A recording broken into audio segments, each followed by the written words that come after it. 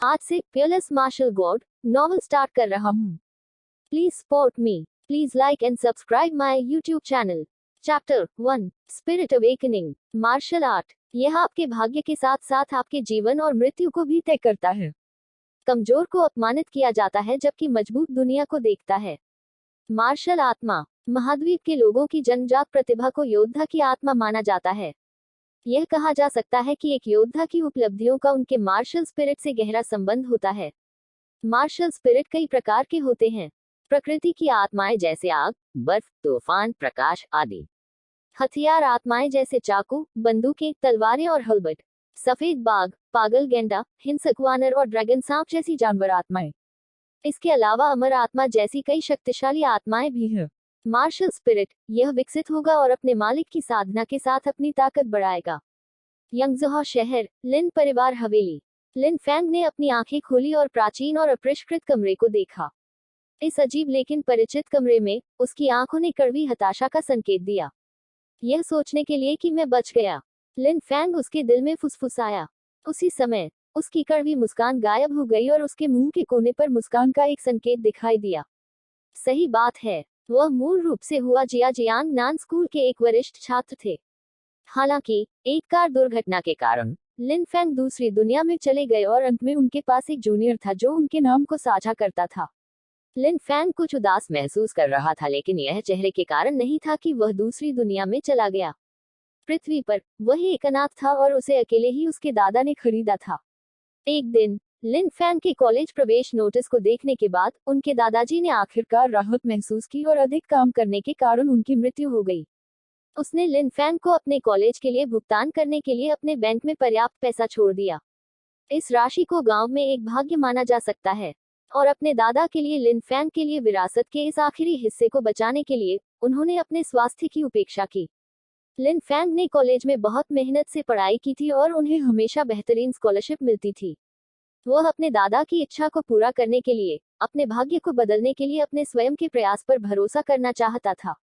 लेकिन लिन फैंग धीरे धीरे समझ गया कि वह कितनी भी मेहनत करे और कितना भी प्रयास करे, इसका इस युग में कोई मतलब नहीं है जहां आपके माता पिता का प्रभाव महत्वपूर्ण भूमिका निभाता है। अपने वरिष्ठ वर्ष की इंटर्नशिप के दौरान एक होटल में एक कॉकटेल पार्टी आयोजित की गई थी। पार्टी के दौरान दूसरी पीढ़ी के एक अमीर बच्चे ने एक छात्रा को अपने साथ नशे में धुत कर दिया। इसके बाद लोग चुपचाप निकलने लगे। जो हो रहा था उसे समझना, लिन फैंग उसे रोकने के लिए गया। अंत में उनका 4 साल का प्रयास विफल हो गया। अपनी सहपाठी के साथ अभद्रता के आरोप में उन्हें स्कूल से निकाल दिया गया था। वास्तव में सबूत अकाट्य थे क्योंकि महिला ने उन्हें व्यक्तिगत रूप से पहचाना। उसकी दयालु हरकतें उसे अंत में काटती हैं।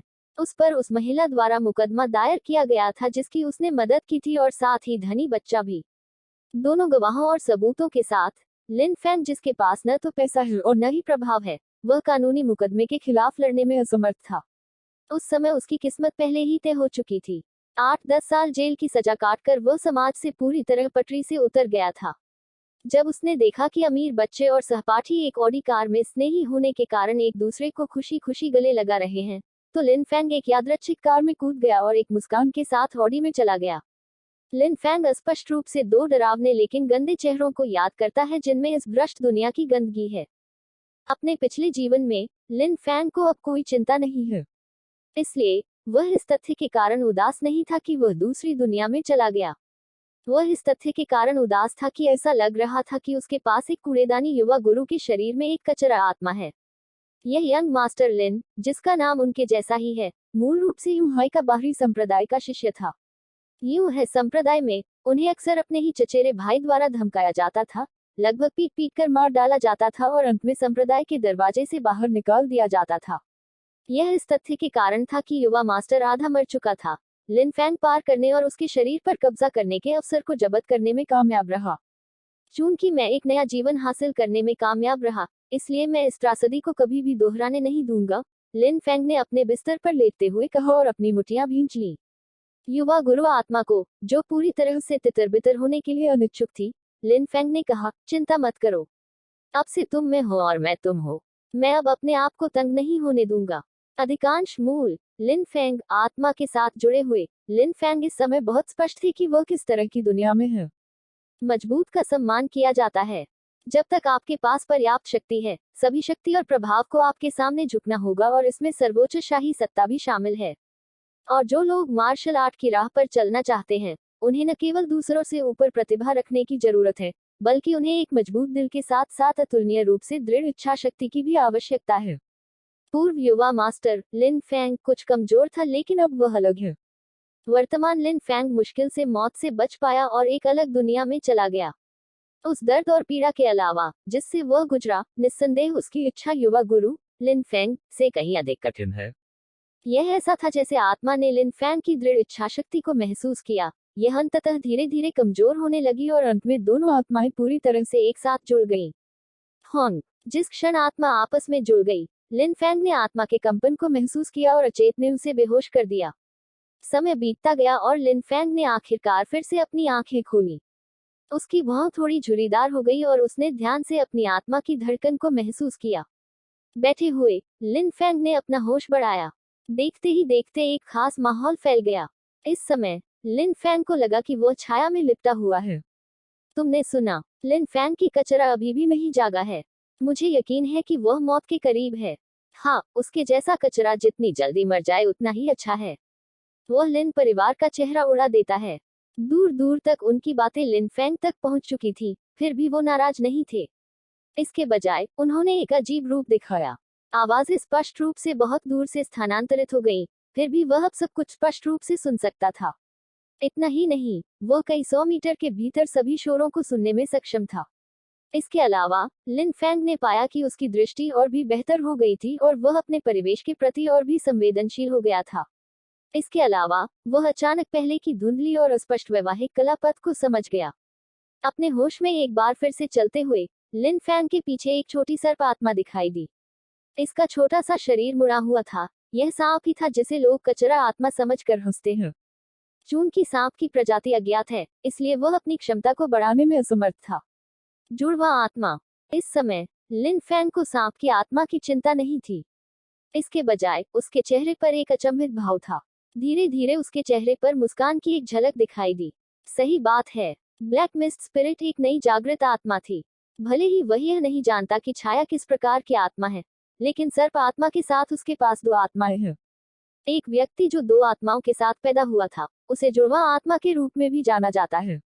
वास्तव में मुख्य भूमि में जो लोग दो आत्माओं की खेती कर सकते हैं, उन्हें जीनियस के रूप में जाना जाता है। इस समय जिस कूड़ेदान को हर कोई नीचा देखता था, उसमें जुड़वा आत्मा थी। आइए आपको अभी के लिए डार्क स्पिरिट कहते हैं। लिन फैंग ने एक फीकी मुस्कान दिखाई। जुड़वा आत्मा होने में सक्षम होने के लिए उसकी जुड़ी हुई आत्मा के कारण होना चाहिए। दो आत्माओं का एक में होना, दो आत्माओं का होना कोई आश्चर्य की बात नहीं है। जहां तक इस आत्मा की क्षमता का सवाल है, इस समय ऐसा लगता है कि यह उसकी शारीरिक फिटनेस को बढ़ाने में सक्षम है। अपनी आंखें बंद करके लिन फैंग ध्यान करने लगा। धीरे धीरे शरीर और मार्शल स्पिरिट का पोषण करते हुए दुनिया का सार लिन फैंग के अंगों और हड्डियों में बहने लगा।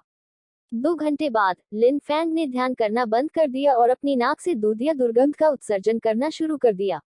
उसके ठीक बाद उसने महसूस किया कि उसका पूरा शरीर तरोताजा हो गया है और वह लापरवाह महसूस कर रहा है, जैसे कि उसके शरीर की व्यथा भी गायब हो गई है। तो यह एक आकर्षक योद्धा की खेती है। लिन फैंग ने अपनी मुट्ठी को देखा और थोड़ी सी ताकत के साथ ऊर्जा से भरी एक कर्कश आवाज सुनाई दी। उनके अभ्यास की गति उनकी स्मृतियों की तुलना में तेज लगती है। लिन फैंग अपने कमरे से बाहर चला गया और उसके सामने एक बहुत बड़ा आंगन था। उसके अभ्यास के लिए आंगन में लकड़ी के डंडे और पत्थर के खंभे हैं। पत्थर के खंभों के सामने पहुंचकर लिन फैंग ने मार्शल तकनीक 9 भारी लहरें का इस्तेमाल किया। हवा ने सीटी बजानी शुरू कर दी और हवा को छेद दिया। ऐसा लग रहा था मानो अंतरिक्ष लहरों के बाद लहरों से मुड़ रहा हो। हाँ, इस समय लिन फैंग चिल्लाया। उसने अपनी कमर और पेट को सीधा किया और पत्थर के खंभे पर एक उल्का सदृश मुक्का भेजा, जिससे एक तेज गड़गड़ाहट की आवाज पैदा हुई। पत्थर का खंभा तुरंत धूल के ढेर में बदल गया और जमीन पर बिखर गया। इसके अलावा पत्थर के खंभों को चकनाचूर करने के बाद भी हवा का दबाव बना रहा। हवा के दबाव ने कई तेज आवाजें पैदा की और हवा को लहरों की तरह आगे बढ़ने का कारण बना। इस वायुदाब ने 2 मीटर दूर एक और पत्थर के खंभे में दरारें पैदा कर दी। इस पंच में 6000 जिन से अधिक ताकत होनी चाहिए। लिन फैंग इसके प्रभाव से बहुत संतुष्ट था। अभी उसकी शक्ति चरम पर बहाल कर दी गई है और उसकी क्यूई 5वीं परत पर पहुंच गई है। यहाँ तक जिस मार्शल तकनीक 9 हेवी वेव्स में उन्होंने प्रशिक्षण लिया, वह और भी मजबूत हो गई है। पहले वह केवल 5 भारी लहरें ही प्राप्त कर सकता था, लेकिन अब वह वास्तव में 6 भारी लहरों को पार कर चुका था। यह उसकी सफलता के कारण था कि वह अपनी क्यूई का उपयोग करने और 6000 जिन की ताकत भेजने में सक्षम था। ऐसा लगता है कि डार्क स्पिरिट ने न केवल मेरी दृष्टि और सुनने को बल्कि मेरी गति और समझ को भी बढ़ाया है। लिन फेन मुस्कुराई। उन्हें कचरा कहा जाना न केवल उनकी सर्प आत्मा के कारण था, बल्कि उनकी खराब समझने की क्षमता के कारण भी था। उसकी उम्र में प्रतिभाशाली पहले से ही छठी क्यूई परत या उच्चतर तक पहुंच गया होगा। फिर भी वह केवल 5वीं परत पर था। साथ ही उसकी समझने की क्षमता भी दूसरों की तुलना में कम थी। यहाँ तक जब उन्होंने केवल एक मार्शल तकनीक का अभ्यास किया तो वह 5वीं भारी लहर में फंस गए, जिससे उनका उपहास किया गया।